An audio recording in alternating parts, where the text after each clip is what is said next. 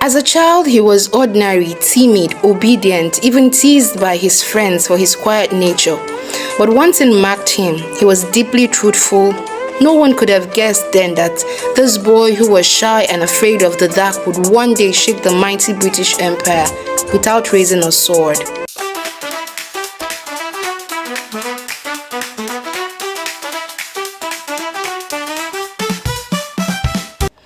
Mohandas Karamchand Gandhi, better known as Mahatma Gandhi, was born on October 2nd, 1869 in the quiet seaside town of Porbandar, India. His mother taught him devotion, fasting, and compassion. His father, a local statesman, instilled duty and discipline.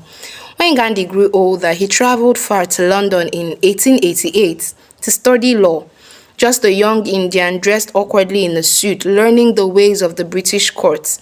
He struggled to fit in, but he never abandoned his vows to his mother to live a pure, disciplined life. After returning to India, he tried to practice law, but his voice trembled in court, and success eluded him. Then in 1893, fate sent him to South Africa on a legal case. There, Gandhi encountered the cruelty of racial discrimination firsthand. One cold night on a train to Pretoria, he was thrown out of the first-class carriage simply because of his skin color, though he had a valid ticket. Shivering in the dark station, humiliated, he asked himself, should I return home or should I resist this injustice? That moment transformed him. Gandhi chose to resist, not with violence, but with satyagraha, the force of truth and non-violence. For over 20 years in South Africa, he organized Indians to protest unfair laws peacefully, facing jail, beatings, and insults, but never retaliation. When he returned to India in 1915, the country was restless under British rule. Farmers suffered under heavy taxes, workers stalled in misery, and the dream of freedom seemed distant. Gandhi traveled the villages living simply, spinning his own clothes, eating little and listening to the poor. He became their voice, their hope.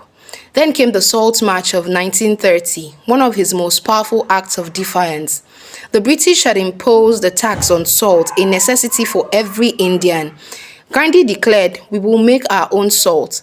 And so at the age of 61, he led thousands on a 240-mile march from Sabarmati Ashram to the sea.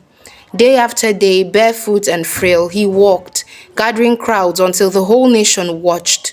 At the shore, he bent down, scooped a handful of salty mud, and declared independence from oppression. That simple act shook the empire. The British jailed him again and again. They mocked him, calling him a half-naked fakir, yet the world saw his strength. A man clothed in simplicity, armed with only truth. His philosophy inspired millions: Martin Luther King Jr., Nelson Mandela, and countless others. But Gandhi's life was not without sorrow. He saw India achieve independence in 1947, but it came with the tragedy of partition. Hindus and Muslims divided, violence erupting in the streets.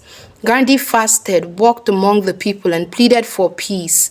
Many listened, but hatred ran deep.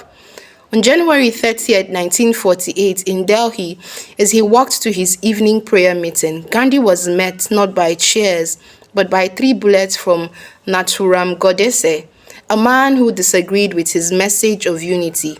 Gandhi fell, uttering the words, "Hey Ram, O God." And so the frail man with round spectacles and a wooden staff left this world, yet his spirit lives on in every act of non-violent protest, in every struggle for justice waged with truth rather than hatred. He was called Mahatma, the Great Soul. This, my friend, is the story of Gandhi, a man who proved that one does not need an army or weapons to change the world, only courage, truth, and love for humanity. That's the end. For more stories like this, please follow, like, share, and subscribe. I'd like to know your thoughts in the comment section.